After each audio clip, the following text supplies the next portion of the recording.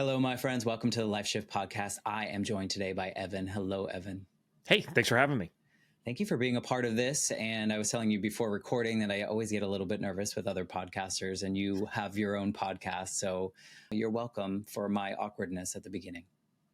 That's all good. You think you'd be most comfortable with us, but then you said you're worried about hey, we know what you're doing wrong. Everything looks good to me. I only got the neon sign probably a few weeks ago, just to be clear. So your setup already looks better than I have for the last 4 years. Well, there you go. So I'm winning. So thank you for that. And it's just awkward because I think sometimes us as podcasters, I always feel like I'm a little bit like of an imposter because there should be a way that you do certain things. But then the longer I do this, I realize we're all creating our own journey, and it can be however we want it to be. So before we get into your story, can you just tell us what your podcast is and what you do on it?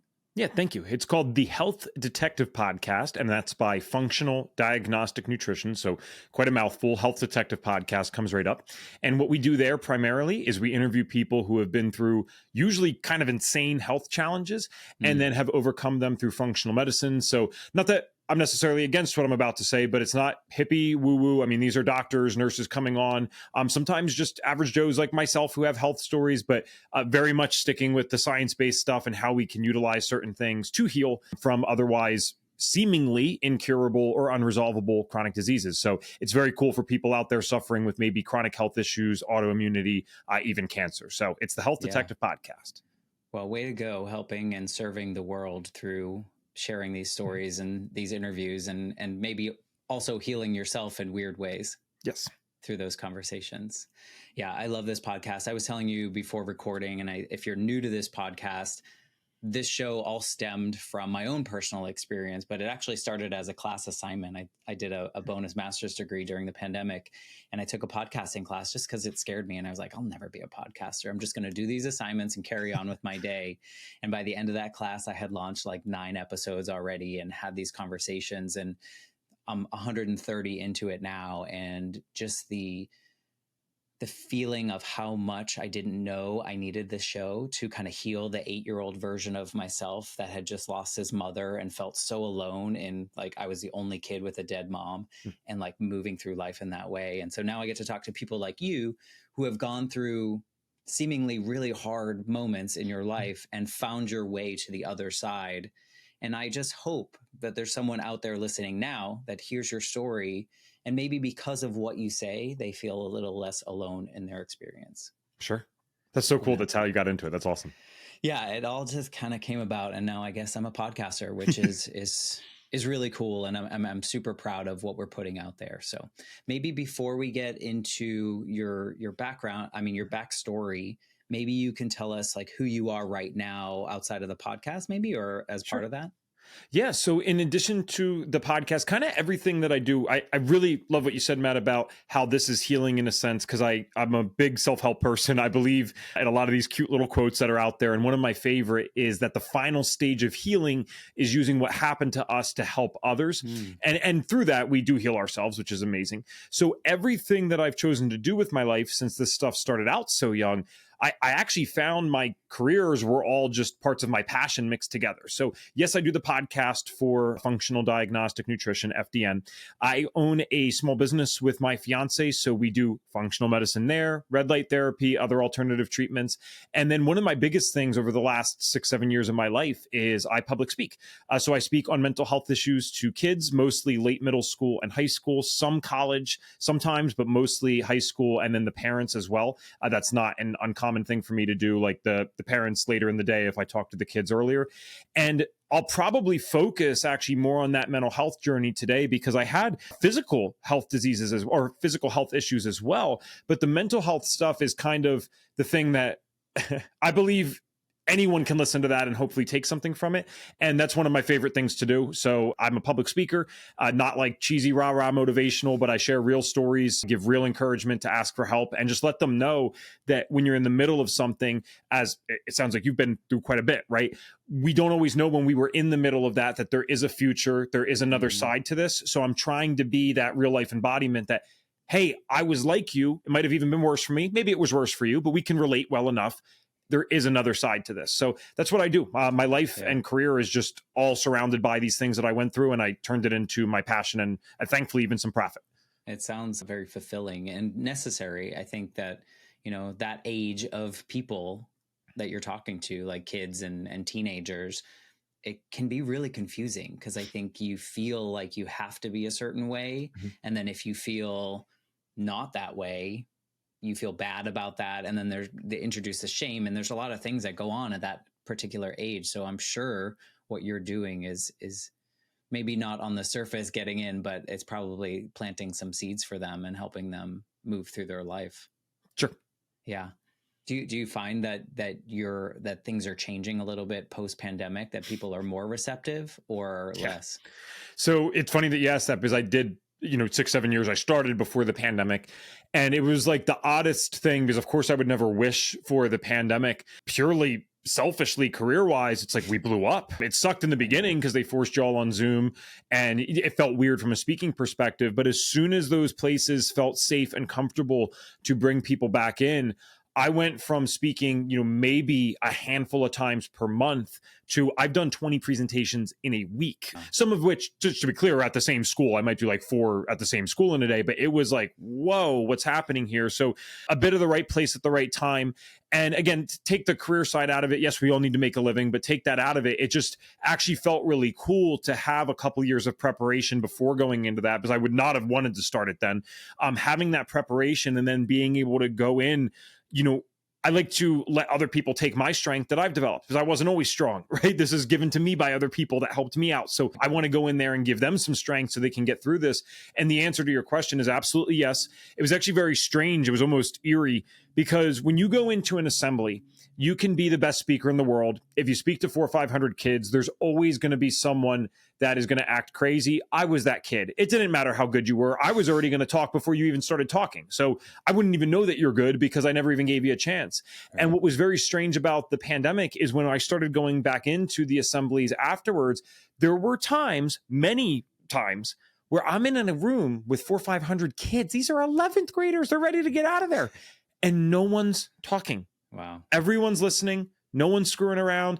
And some of that, I think, was just they were in a very weird social part of their lives, because like they haven't really talked to each other in person for a year at that point. But the other side was when you do public speaking, you learn how to make something intriguing from the very beginning to let people know what you're going to talk about.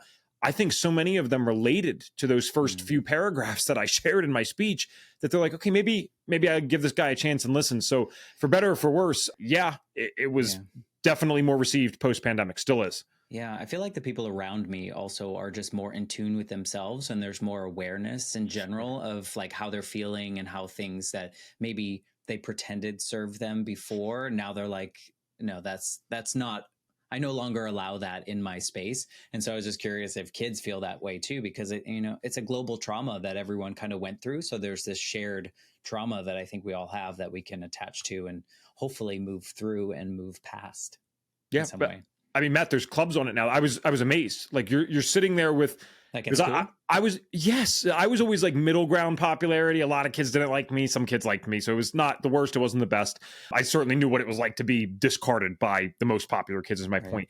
And you're going into schools, not every single one, but a lot of them were like, dude, there's clubs with 40 kids that are coming to talk about mental health, and it is totally accepted. The coolest kids in the school, no problem with it. They support it. They'll come up after the speech and let me know that they even have that in their school. So it is, again, I really use this phrase a lot, for better or for worse. I'm not sure, because there's so many bad things that happened as a result of this. But I think we really might have seen the worst of the mental health stigma ever in the years prior to the pandemic. And I do think it's all upside from here. More people are dealing with it. I get that. But I think we might have permanently changed the stigma around this stuff into more of a positive direction, when it historically really has just been getting worse and worse to some degree, because so many people saw it. So many people experienced it.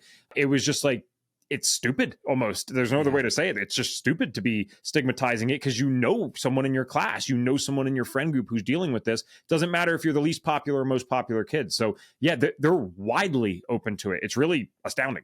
Yeah, I love that. And I mean, it's mental health. It's like you wouldn't make fun of someone that like broke their leg, right? Or they had a disease of that you could see, like it's just what it is. And it's just part of our lives. So, I love that you're doing that. And I love that you're helping them. And unfortunately, better or worse, the way you might say it, they're leaning into it more. And I think that's a good thing. And you're able to bring your story. So why don't we get into your story? Maybe you can kind of paint the picture of what your life was like leading up to what you feel maybe was the biggest shift in your life. Sure. Everything started at 5. I have a bit of a different story. I don't think it's the most unique thing in the world, but it is different from the norm in the sense that I didn't actually have a lot of bad things happening to me when I was younger. Like what you've already described, I just met you, but what you've already described, I mean, that's tragic, right? I can picture what happens because of that. Whereas my life, 2-parent household, only people they've ever been with, married still to this day for 30 plus years, treated well, middle class to upper middle class, depending on the year, things were okay. And again, I had plenty of friends at high school, not the most popular, not the least popular. So things were good. But I started to experience these health issues at 5 years old.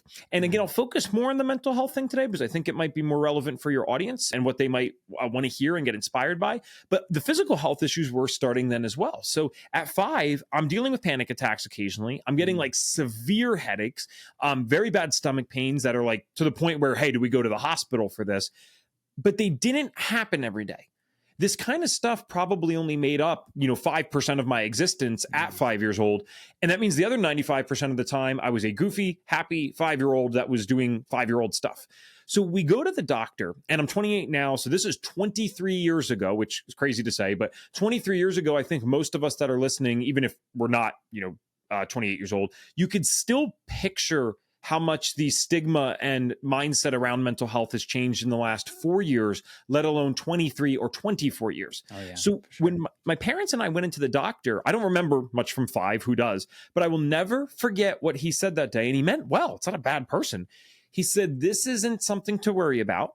Evan gets himself a little too worked up and he's going to outgrow this. And my point in mentioning that is, again, not to condemn this doctor, but to show that the stigma that happens in society also affects medical professionals. They're part of society. They might be more aware than you and me, but it still affects them too. I just don't think he thought a 5-year-old was coming in with panic attacks. And so, especially with 2 parents that love each other and are treating the kid well. So what happened is, since I didn't forget that, and I wasn't getting taught about mental health in school at that time, as I got worse and worse, because I didn't get better, I got worse and worse. I said to myself, well, wait a second, maybe not so literally, but the doctor is smart. The doctor's this authority figure. They said, I'm going to get better and I'm going to outgrow this. I'm not getting better. If smart doctor can't figure this out, I must be the problem. And this is something that I shouldn't share with other people.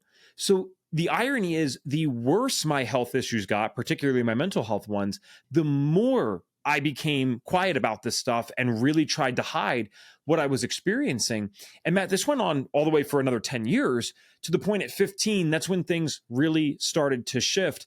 This wasn't something that I could hide and still maintain some level of normalcy. Like up until then, I had many bad days, but I could do well enough in school. I was straight A's when I was younger. I sucked at sports. It was all a school type of thing for me. I went from straight A's to like A's, B's, maybe an occasional C plus, but nothing, that I'm getting in trouble at home with.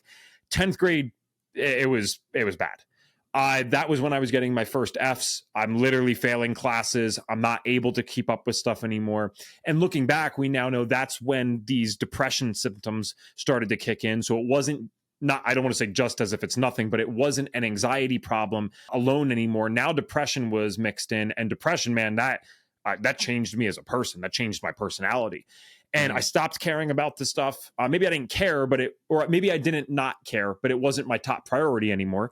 And I stopped worrying about that. And it was the first time I ever humored drugs. All my friends around me, they weren't like doing them heavily, but they had all, smoked weed at this point or drank alcohol. Right. I was so against this, total straight edge. And then I finally gave into these things. And I didn't really, funniest part is I didn't really like it when I first did it, but it was something different. That's the only way I can conclude it looking back. It was just different. It took me away from what I was worrying about. I was a little freaked out because I was like high off weed, but I was more worried about that than I was the rest of my problems. And it was just something different for the first time in 10 years. And that was the beginning of the end for me. when I started to deal with depression and then use these very negative coping mechanisms, it is the most stereotypical story of drug abuse you could imagine. It starts with weed and alcohol, doesn't work out. Now I'm getting different things that no one in the friend group's doing. So what was interesting to it, probably a better word for that, but what was interesting to me is I go from the last person in my friend group to ever try a drug to within the first several months of doing these things, I'm the one with the biggest problem. I'm the one that's willing to experiment with things that no one else has even thought about. They don't even know the name of it, let alone have they tried it. And so I'm abusing benzodiazepines. For those that don't know, that's like the category that Xanax, Klonopin, Ativan, Valium fall into. So I was self-medicating. I was literally abusing drugs that were medicating my anxiety and depression. I was just taking them in way too high of doses for anyone, let alone a 15-year-old. And it didn't go well. I was just curious. Do you think, I know you brought us back to 5 years old. Do you really feel that masking and hiding it kind of heightened everything to that 15-year-old point? Or do you think it was more of a natural progression and that doesn't really play into it? Because I think there's something when we're, thinking of my own experience, like I pretended that I wasn't grieving for 20 something years. And I know that blew up in my face as well. So I'm curious if you see that pushing down and thinking about that from 5 years old to 15 heightened everything that you were experiencing and wanting to escape. Excellent question. And I mean this seriously. I'm not just trying to avoid it. I actually think it's both. And the reason is because from my functional medicine perspective, which, we may or may not get to in depth today, it doesn't really matter to me, but I don't deal with these things anymore. I've not dealt with them in years. And a lot of that was getting my health under control and figuring out what we're doing wrong in today's world. But at the same time, the stress of over time thinking I need to hide who I am, losing my identity as this once like nerdy, happy kid who would have if someone else was being bullied, I would have stepped in and stopped that. And now at 15, I'm the one being the a-hole to everyone. I'm miserable. I'm embarrassed that I'm good at school. It was just the stress from that 100% made it worse too. So absolutely. Yeah. And it's like a compounding shame that comes with it too, because you're like, I should be this way, but then I'm not, but then I'm a jerk. And then you have the shame because you're that way. And then I can understand that. Plus, let's not forget, as a teenager, you also have all these other hormones and things changing in your life. And so everything, I can see how that would kind of lead you in the way that it leads other people as well. So it's not like you were unique in this situation in which you found something to mask or help or hide or escape. I guess maybe those drugs were really your escape. Were they helpful? In the sense of when you would take them, were you not as bad in your mind? See, Matt, that's a question a lot of people don't ask, but it needs to be asked more because people don't do things that don't work. And I think there's a lot of ignorance around drug abuse and why people do these things. You didn't just do it because you were bored and then you continue to do it. Oh, it's not working, so I'm going to use it every day. That doesn't even make sense, right? So what you just asked, I think people need to be more open to, because drugs weren't the problem. They were a piss poor solution to my problems. Right. And when I first did it, like I said, it actually was uncomfortable. I felt very uncomfortable and anxious with the idea of being high, especially off marijuana, but it was distracting. The worst thing I ever took was Alprolizam, Xanax, because that actually does reduce anxiety in probably 90% of people that take it. So I was no longer anxious. That's for damn sure. When I took that, I felt no fear. I was crazy with what I would do on that. But again, you're trading problems, because that was at the cost of completely blacking out, not remembering what I was doing some nights. Extreme bouts of anger would come from that, and I don't even remember it. So you're getting into fights with people or causing issues somewhere, and then you wake up the next day and they're upset, or someone's saying something to you, and you have to play it off like you even know what the hell they're talking about and take responsibility for something you don't even remember that occurred. So yeah. But then you run from that too, right? Then you just take more Xanax, or you take more whatever to kind of mask that, right? And it just becomes you're living in your own world. Some sort, right? Yes. Right. And then at some point they don't work, right? Maybe, or they don't do as good of a job of hiding things, and then you add other things or try new things, or is this just you were seeking out things just because? No, the second option, or the second thing that you proposed, is you nailed it, right? you start with weed, right? And you smoke it all day, every day. And then it almost just feels like you're getting like zoned out. It's not even that you're high anymore. So then the Xanax gets mixed in. You need higher and higher. The one major problem with that drug, even from a legitimate Western medicine therapeutical side of it, is you build a tolerance to it rapidly. I mean, if you take that at a normal dose for 2 weeks straight, you'll already find that the same dosage is not doing what it did on day 1 at day 14. So it's very scary. And there's a lot of controversy around using that for a variety of reasons. It's why they were intended to be used short term. But so what I did is like, okay, that would work. Or maybe I couldn't get it because it was kind of hard to get at 15 where I lived. And so I started trying these different things. Like I actually didn't like drinking that much. I never did. It felt weird to me. Not even anxiety provoking. It's just like, I didn't feel good. I got a headache easily, stomach upset. I couldn't handle it. But I'm like, oh, well, wait, if I, smoke weed and take some Xanax and drink a shot or two with it, now I can, potentiate, I didn't use that word at the time, but potentiate these other things that I'm taking. It's a new combination, new feeling. So yeah, it's like I try to take more and more, but the goal, and I didn't admit this at the time, but looking back, it's obvious. The goal wasn't even to really get high. The goal was I wanted to black out because I didn't want to deal with anything. Right. No, I mean, that totally makes sense. I mean, at some point, does the anxiety grow when you can't find that blankness? Like I feel like at some point when you're used to these things, you're trying new concoctions and stuff, then the thing you're trying to run from becomes the thing that's now part of your life, trying to get you to the next. Like, I'm not trying to, I mean, it's not funny, but I mean, like it's ironic in a sense of like, you're anxious. So you're trying to blank out, basically find a blank space, but then you can't reach it. So then you get anxious that you can't reach it, and things just kind of snowball from there. That's what happens when you use, as I worded before, very colorfully, piss poor solutions. The reason that a solution is piss poor is because it inherently comes with problems, right? That's kind of the loose definition of piss poor problems, piss poor solutions. So that's the thing. Now you're in this cycle at one point where you're just focused on, there's a new focus in your life of like, okay, I need to get the drugs, then I need to do them, then I need to hide them, then I need to find a way to get more, I need to do them, I need to hide them. Right. And again, you really end up living in your own world, I think. Yeah, right. I think many people that have done this would resonate with the idea of living in your own world, because now you're so far removed from the core of the problems that if you came to me at 17 and asked, what's your deal, kid? I don't even know if I could have answered you accurately because I forgot. Oh, wait, I am doing this because for 10 years, I never tried a drug, but I was getting worse and worse with my health. It was so disconnected from the core of the issues at that point.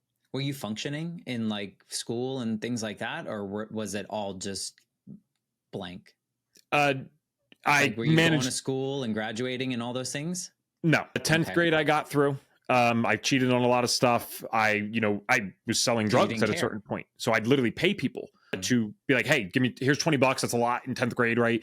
You give me the test answers, whatever. They were fine with that. 11th grade, I couldn't really fake. So basically the way it worked is my cumulative GPA was very high for my good grades at one point. So as I was plummeting, I could survive like 1 year of this.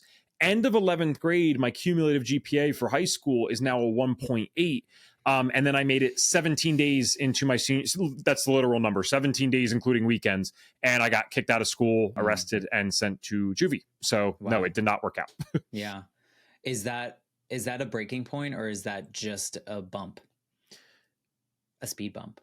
Well, you know what? That's probably a point worth sharing. So if I can, I'll probably go into that a little more in depth. And then the rest of this is probably purely your story. So. Thank you. So after getting kicked out, that was definitely a wake up call to me. It was like an earthquake shock factor, because nothing bad. Like, I hadn't really experienced a lot of consequences. I was getting away with this at school. I'm coming in high. I'm sneaking by my parents. They kind of know something's wrong. They have no idea to what degree. I was doing crazy stuff. Like, we lived in the suburbs. So there's some farms around. Like, I was almost too sneaky for my own good, because I said, okay, well, they can't catch me at home if I never bring the drugs there. So I had a waterproof backpack, all my stuff in it, even the stuff I'm selling. I'm about to pull into my house at the end of the night. I'd throw the bag into the cornfield, and then I'd go home so I could smell, but they can never prove, other than with a drug test, I suppose, what I'm doing. And they would never know the weight of what I'm doing, because I'm hiding the stuff as soon as I leave that, or I come back to the house. They have no idea what it is. So that was shocking. But it was almost too much at once, because within a 2-week span, I end up, like I said, getting arrested, going to juvie, spending my 18th birthday on house arrest because I was turning 18 September 30th. That's my birthday. I'm like, whoa, what is going on? And it wouldn't be for a few more months that I kind of have this major kind of dramatic moment. So this all happened in September of 2013. And I'm on probation now. I've gotten off house arrest somewhere, probably like in late October. So they're giving me some privileges again. And what was happening with those privileges is I was allowed to go out. Like I could go see friends, but I had curfews, all this kind of stuff. It was a very weird situation because I got on juvenile probation 13 days before I turned 18. So when you become an adult on juvenile probation, it's a weird overlap of what you're allowed to do and not do. So New Year's Eve came around that year. And I've skated by for another 3.5 months. I am not using drugs every single day, but I am using drugs on probation. I went to the doctor as an 18-year-old young man who can go to the doctor privately and got a prescription for Xanax. I told him I had anxiety, which was true. And so now I'm prescribed the thing that I'm getting drug tested for, and I can fail that test, and there's nothing that they can do. I mean, it was really insane. Right. And New Year's Eve, again, I want to make this clear for people because I don't have enough time to explain everything today. It's not like my parents or probation officer are dumb, but what the whole point of probation is, ideally, even though this doesn't happen very often, is some type of genuine rehabilitation. So there are little deals that are made. It was, okay, well, you can go out on New Year's Eve because you are an adult and you are going to be off probation, hopefully sooner rather than later. And we're going to need to make sure that you can go live in these environments again and do these things without going back to how you used to be. So yeah, you can go out. Here's the rules though.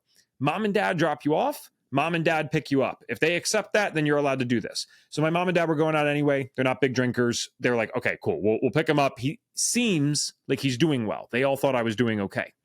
So I go out on that New Year's Eve, Matt, and I made it about 10 minutes into hanging out with my friends before I just started drinking and doing drugs, just like I always did. The most obvious thing possible, it's New Year's Eve, for gosh sake. I get picked up by my parents at 12, and we get in the car. I haven't mentioned we yet. So we is myself and my girlfriend of about 4 years at the time. I won't mention her name on this podcast. And so we've been dating already for 4 or 5 years, and I convinced her to do a lot of the same things I did that night, but she wasn't quite as into that stuff. And by not as quite as into that stuff, I mean, she probably did 10% of what I did. So when we get in the car, it's a little more obvious that she's messed up than it is that I messed up. And we made it about 30 seconds into the car ride, pulled out of the neighborhood, driving down the road. And she repeats a full sentence to my parents because she's so drunk. Like she answered the question twice. And I'm looking at her across the seat. I'm like, are you kidding me? Like, shut up. What are you doing? This is crazy. She's gone. There is no bringing her back now. She's making it very obvious that something's wrong. And I realize I'm going to jail tonight. Game over. My parents love me, but they're still firm. I'm going to jail. I have never seen them so mad in my life, still to this day. And I don't think I'll ever see them madder, thank God. They slam on the brakes in the middle of the road. My dad turns around and he is screaming at the top of his lungs at my girlfriend. Now, I'm really confused at first. I grew up with a younger sister and I've gotten in trouble with her. So I kind of thought it was one of those things where one of us gets it first, the other one gets it next. And so I'm waiting for them to yell at me. They never say a word. And after maybe, I don't know, a couple minutes of this, I'm like, oh my God. I probably didn't say it like this, but I'm thinking something along the lines of, they raised me better than this. They can't even comprehend how messed up I am, like in life in general, that I could get into their car on New Year's Eve on probation while actively getting urine tested on drugs and alcohol. It was beyond their comprehension that someone that they raised could be acting like this. So they don't say a thing to me. We drive home in silence. And when we got home, that's where things started to shift. I was very good at blaming other people for my problems at that point. When I said people that abuse drugs live in their own world, I mean, like, you literally live in a delusional world of your own. Yeah. So I was at fault for none of this. This was all the world's fault. I'm a victim. Why do I have these things? This is everyone else's fault but mine. So instead of taking responsibility for getting my girlfriend, drunk and high that night and her getting caught and saying, oh my God, I'm so sorry. Right. I yelled at her for making it obvious. And when I yelled at her that night, I probably had done a lot of stupid stuff. Nothing physical, to be clear, but you can still hurt someone very bad verbally. I think we all know that too well. I said things to her you don't say to anyone, let alone Mm, someone that you love. And the last memory I have of this person is her just crying for about an hour straight before, you can call it went to bed, but it's really just passed out. And when I woke up in the morning, Matt, I realized she had already left. Now, this was not like her at all. This was very weird. And I'm starting to remember the things that happened the night before. I wasn't blacked out the night before. I was conscious of what occurred. But right. I'm like, dude, this is whoa, whoa, whoa, whoa. You cannot say those things to someone. And I started to actually have this kind of realization moment. I'm like, what are you even doing yelling at this person? You are on probation. She's like 10 notches out of your league, which for those on video, it's not saying much, but she's like 10 notches out of my league. She can go get any guys she wants. And she's sticking with you, getting picked up by your mom and dad on probation at 12 a.m. because she has your back for the last 4 or 5 years while you're going through all this. And you're not telling her a damn thing. Like, you're not really explaining what's happening. You better call her, say you're sorry, tell her how much you love her. I don't think I've ever said I love you out loud. I sent like ILY on text for 4 or 5 years. And so I grabbed the phone to go call her. And I'm just going to spit out all this stuff beforehand. I'm not even going to let her talk. I'm just going to say everything that needs to be said. And hopefully she responds well. But I was too late. And she's okay. She's alive. I don't mean it like that. But she didn't answer me. And normally, no matter how bad I screwed up, it was one of those toxic relationships. I could still get her to answer. I could still get her to say something. And it's the boy who cried wolf, because I'm finally about to call and say something good after 4 or 5 years, say something productive. But that was just the last straw for her. So it was no more, we're not going to do this calling back and forth thing. I'm done. I need to get away from you. I would have had your back if you were willing to get help for yourself, but you're not even helping you. And now you're hurting me. So this is a dangerous situation. That was my aha moment. That's actually really what I speak about. And when I say an aha moment, I mean a moment where our self-awareness comes back, where we've been walking through life with maybe a bad habit or a bad set of choices or an extremely bad set of choices, as was my case, for years and years, and there's no end in sight. And finally, something snaps us out of it. And I started to accept that I am doing hard drugs on probation and that I'm not invincible, right? As every teenager thinks. I'm like, Evan, this is going to end one of two ways, brother.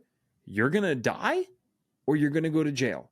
One of those sounds a little better than the other one, but I wasn't really planning for either of those things. And those are the routes. One of those is what I was heading down. Everything changed after that. I'm not saying it was perfect, but I made a decision that day that if I can't change for myself, I got to change for the people in my life that love me and care about me and have had my back. And what I always tell people, is don't wait for those things for an aha moment. Sometimes we're waiting for a sign or a signal to get us in the right direction. I would hope a podcast like this can maybe be that before something really bad happens, because the truth is I'm lucky. I'm lucky to be alive and be able to share a story like this with you. So thanks for giving me the space to explain all that. That's kind of the context, but that's what happened. Well, it's kind of interesting too, because you were in this victim mentality and then, you had this experience. And I think a lot of people that lived in that victim mentality might, if their girlfriend didn't answer, they might revert back to that victim mentality and be like, see, I'm fine. She's the one that's all messed up. And like continue playing the blame. And so, it's interesting to like look around at all those moments. Is it your parents like finally, seeing how they see someone else that was in a similar situation, but maybe not quite as bad as you were, but you were better at masking it or hiding it because of the circumstances. It's so interesting to look around that moment and see what was it that woke you up? I'm not asking you because you might not actually know which piece of that is, but it's so interesting because we are creatures of habit. And so if we're so in this, I did the victim mentality forever. My mom was dead. Like that was everything that went wrong. It was like, well, my mom died. So like, I can't possibly be good at this, or I failed because she's dead, but she died when I was 8. Like, all these things. And it's so interesting to me that you were able to, and good for you to like wake up, like, and see the damage that you were doing to not only yourself, because you probably saw the damage that you were influencing her, your parents, you were blindsiding your parents for so long, in a way, because they loved you so much. So good on you for having that moment. Cause I don't think a lot of people that were in that situation reach that moment. So it's teenage love, Matt. I don't know, because it's a good question. And I know it wasn't literal, but I always kind of wonder still to this day sometimes, was it the icing on the cake with all those situations, or was it that particular thing? Because months ago, I got arrested, kicked out, all this stuff, and I still didn't change. And I think there's something to be said about that teenage love, or just, your first love. Maybe you didn't love someone when you were a kid. That's fine. But it's powerful. And to be sober the next morning and realize, dude, you made this person cry for an hour. They didn't do anything wrong. Yeah. I was still human. I was messed up, but I was still human. And that wasn't acceptable to me. That something needed to change.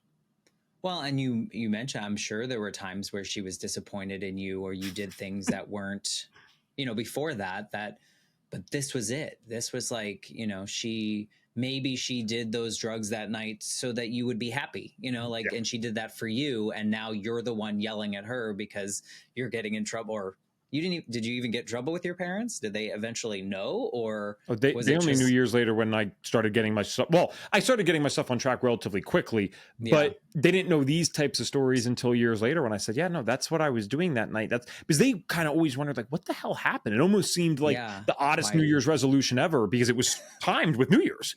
And my probation officer was curious because, I went from I never ever talked to my probation officer. He had to meet with me for an hour a week. I sat there. I thought I was the toughest kid in the world. Arms crossed, head down. I know he's got a schedule. I'm not saying crap to you. And now I'm like pouring my heart out by the next week, crying in the sessions. And so they must have thought this was associated with it.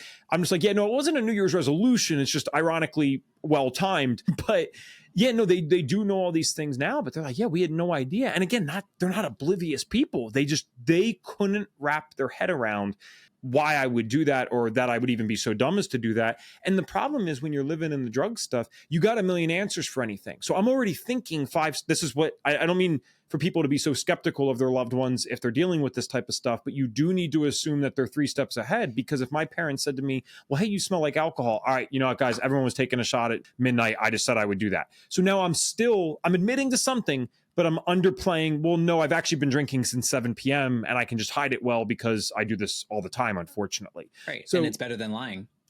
Yeah.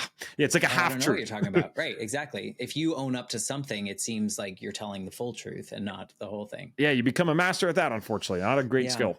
So, I know we started this about this mental health piece, which really probably triggered so much of this journey for you of escaping, essentially. When you find this awareness, how do you get a hold of it without running down the drug lane again? Or do you have a fear of medication, or is therapy a thing? Like, how does life change in a way when you have used all the things that I guess technically you're supposed to use in a medical sense, but you use them differently? How do you find a safe space with that?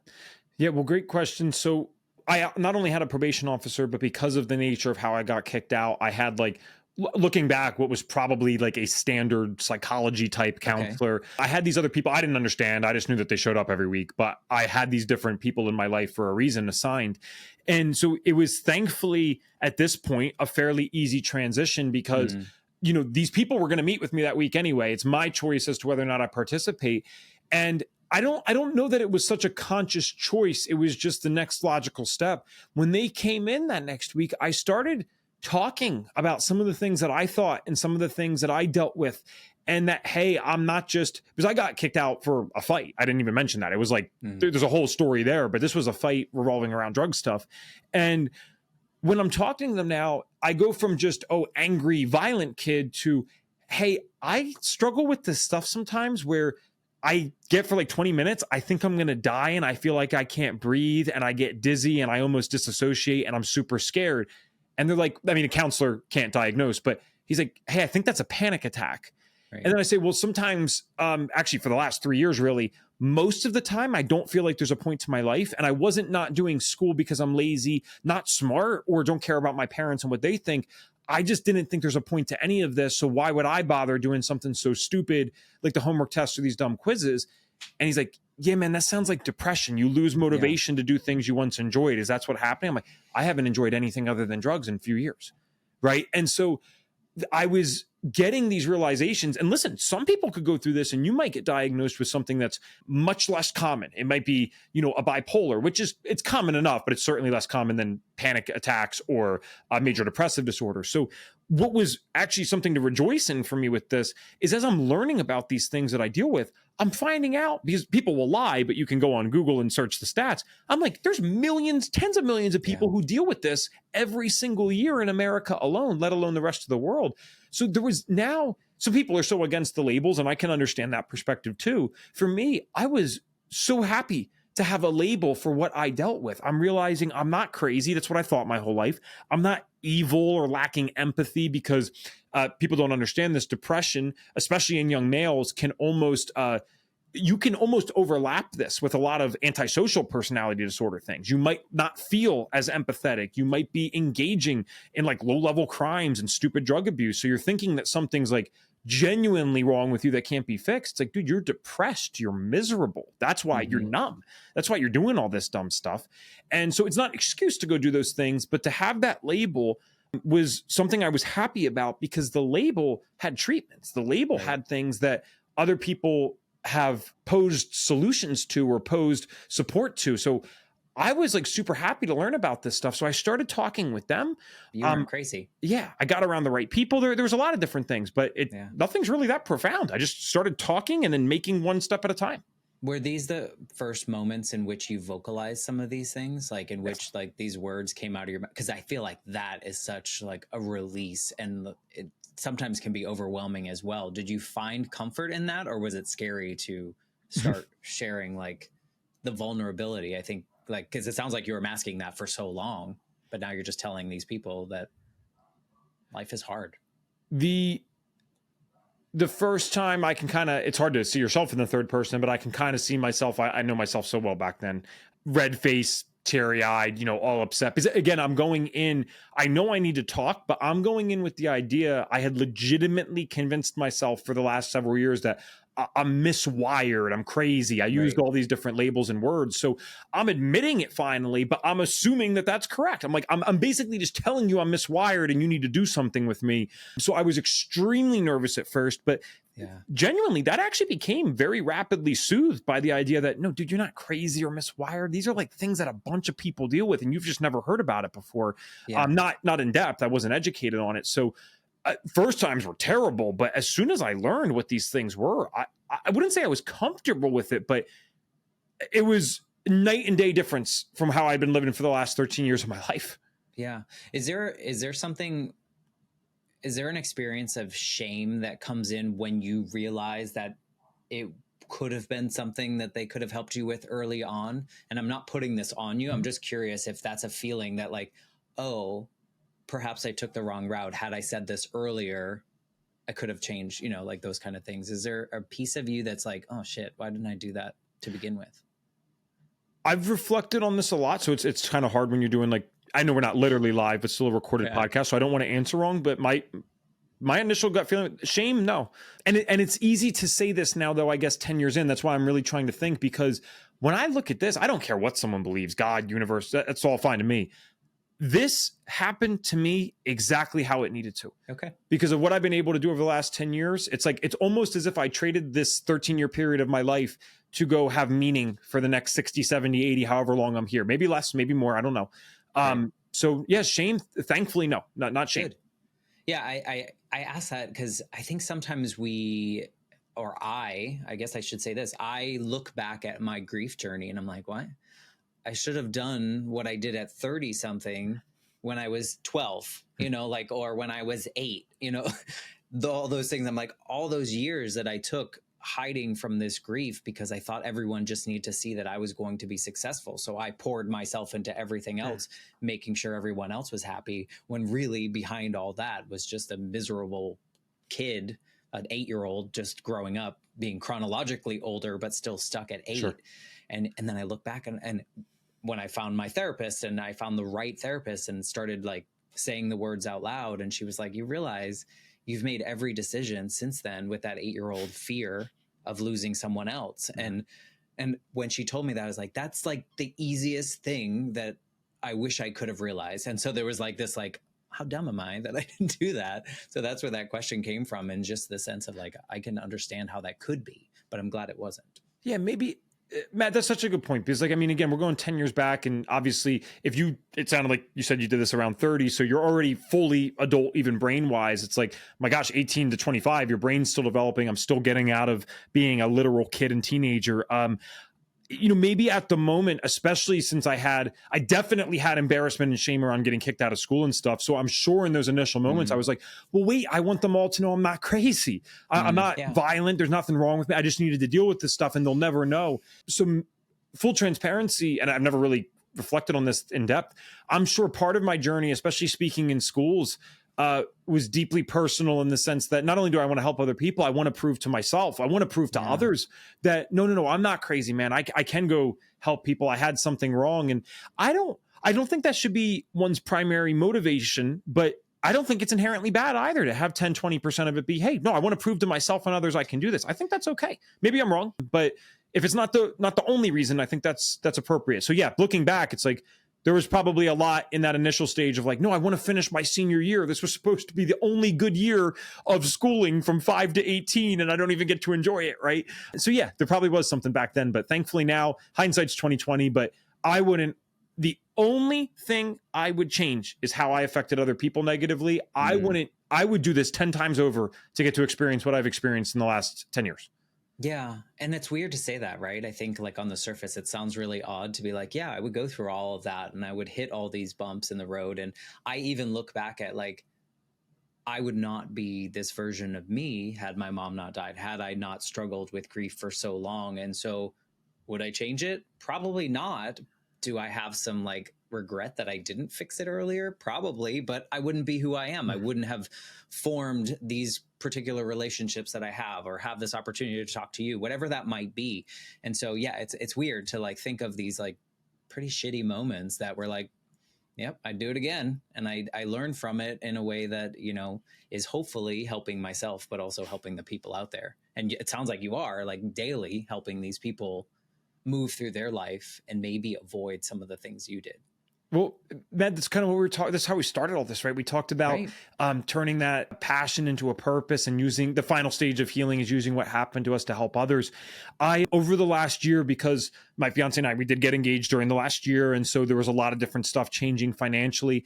I spoke, the most I ever spoke was go a year back, March of 2023. The 5 years prior to that was like packed. And so I said, all right, I need some time off. I'm not going to do as many. So I only did like one a month, which was crazy because again, I've done 20 in a week from pretty much March to June of that year. And I've only done some things here and there. And it's a very timely podcast because I'm realizing there is a hole in my soul, my friend, by not doing that. So I need to get back out there and I'm working on that. But by taking that break, it really helps me reflect on how much, doing what I do makes sense of all this. And I don't think that's bad either. I don't think it's bad to, rely on your mission and rely on your work. Not for a paycheck, but for the sake of getting some meaning and clarity to what goes on. Listen, I've went to presentations in schools, to be clear, where I've completely bombed it. Kids are screwing around and it didn't go well at all. I'm not the best speaker in the world. That's not what I'm saying. But you do enough of them, you're going to get lucky. And there are presentations, and this is one of the best ones ever, is in my hometown, my school district finally let me back in after like 7 years. I think I was 25. Well, no, damn, I was probably 26 when they let me in. So almost 8 years after this all happened. And an eighth grader at, I'll just say one of the middle schools that I spoke at, because there was several in the district, came up afterwards. This is like a movie. It said nothing else. I swear on my life, this is the truth.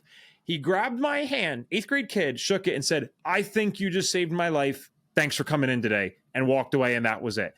When you have that, job done. I can never speak again. Everything that you ever went through, you like, yeah, job done. You're right. Everything was worth it just to be able to do that one thing. If someone could go at 15 and tell me, I don't know if I would have had the mental capacity to comprehend this maybe at 15, but if someone said at 15, hey, I need you to hang in there because one day you're going to be the person where someone's coming up to you at 14, 15 and saying, you just saved their life. I just need you to hang in there. Again, you can't know that at the time, but looking back, yeah, I'll do that again. Absolutely. Yeah, no, I mean, that's the validation that your journey has all kind of come to this point in which it's like affirming that you're doing the right thing. You're on the right path. You're sharing your story and you're sharing the hard parts so that other people can avoid those hard parts. Yes. And And like we assume, like, before you realize that maybe you had depression or maybe you had panic attack, before you realize there was names and things to these things, you just assumed you were crazy and like you needed to be fixed, when really there were just things that were, you know, going on, and you needed to address those, just as if you had broken your leg or you sprained your ankle or any of those kind of things. And, you know, helping other kids realize that like there are these things and they're okay.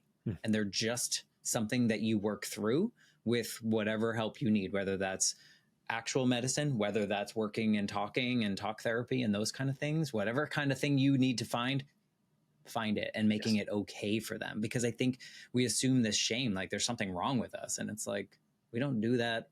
When we cut our finger, we're not like, oh God, something wrong with me. You know, like you deal with it and you fix it and you help yourself. So I'm glad you had that experience though, because I can't imagine what that felt like when you got back in your car and you're just like, damn, like, yeah, it's like a wave. Yeah. I don't know if I can comprehend it still to this, because you're like, what does that mean? What does it mean when you say that? What were you going to do?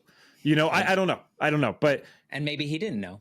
Right. Yeah. It just makes it all worth it. That's cool. I don't even care if he's lying. Yeah. It's still, it keeps you going, because I mean, again, speaking to kids, the only worse audience than that is inmates. They're waiting for you to fail, my friend. They want you to screw up and do something stupid on stage. So when you just know, even one's listed, I'll go through 50 bad presentations where someone's throwing something at someone else or rubbing boogers on their classmate just to get that one. So, and that's how it works, right? You even just, you know, sharing your story and being, because people, they hold these things in for a while, man. They are ashamed of it and they're scared to share it. But I have another, again, walking self-help book here. One of my other favorite quotes that I actually put at the end of my book is the quote by Marianne Williamson, where she talks, now she's in politics, so I shouldn't even mention the name. It's not about that. This was years ago when I wrote it. But she says, as we let our own light shine, we unconsciously give permission for others to do the same. As we're liberated from our own fear, our presence actually liberates others. Ooh, man, I love that one. Like, it's so cool. And it encourages us just to live as ourselves and be our full authentic selves. Because listen, the bottom line is the greatest people of all time, the Buddhas, Gandhis, Mother Teresa's, Jesus's, they were all hated by someone. So no matter how good you and I are, Matt, we're probably going to be hated by some people. So we might as well just be ourselves, let our own light shine, because that's going to give other people permission to do the same. Well, it also makes life a lot easier if you can just be yourself and lean into it, right? And not have to mask things or not have to hide things. And just like, you know, that first time you were honest with them and be like, these are the things I'm experiencing. Like after that moment, and you're like, this is it. And they're like, oh yeah, well, here's actually what's happening. Probably. Why don't we just look into that? And you're like, oh, I could have said this 5 years ago and, you know, like it would have been a different path. But, you know, we all take these paths for whatever reason, but it sounds like you're doing good things with it. You kind of jumped the gun on my final question, but I'm still going to ask it. I'm curious if you could go back to, Evan, when you and your girlfriend got in that car or were about to get in your parents' car that night. Is there anything you would say to Evan, not to your girlfriend, but to that version of you? Right before the car? Yeah, right before they picked you up and you knew your girlfriend was doing drugs and you were also doing drugs. Now, whether or not he'd listen is a different question, Matt, right? But what I would say, knowing what I know now, and I've never been asked this particular one, so it's a really good question, is I'd say, dude, enough's enough. Go in and be honest. Tell the truth. The New Year's resolution or not, whatever it is, you got to figure this out. And just say enough is enough. Because my parents actually, you know, they don't live in a bubble. They're very aware of what happens in the world and that kids do stupid things. They were kids at one point. They've always been very realistic with that. And I appreciated and respected that with them as I was growing up. And if I just went in and was honest, said, we screwed up, I promise I'm done with this, they would have received that. They would have been a little upset, but they would have received that because they know I wouldn't have said that being dishonest. There's no point. So I would have just said, dude, enough's enough. Stop wearing the mask. You're exhausted. You use that word too. That's a word people, again, you get a lot of this stuff. It's really nice talking to you. Yeah, I was exhausted because putting on a mask every day is exhausting. Living a fake life is exhausting. So you're tired, dude. Go home. You're safe. You're good. Your parents will be a little upset, but now they know at least why you guys are being weird or she's being weird, whatever. And let's figure this out tomorrow. So again, I maybe... Yeah. It could have been something more profound, but what came to my head initially is just enough's enough. I needed enough is enough. Yeah. I mean, I think luckily you hit that point. The sad part of that point is that there was a victim in that, you know, and those are the things that we have to, this is just part of life and the things that we have to accept and we have to move through. But good on you for what you're changing in the world. If people want to like be part of your orbit, to be in your circle, read your book, be connected with you in any way, what's the best way to get a hold of you? Yeah, thank you. So the easiest way right now, evantransue.com. Perfect. So evantransue.com would be great. Health Detective Podcast. And we didn't really talk about it today, and that's my choice. It's all good. But Bucks, Bucks, BucksCountyLightTherapy.com is where we do the functional medicine thing. You can read my full physical health story there. We work with people not only throughout the country, but actually even globally as well. So thank you for allowing me to share all those things.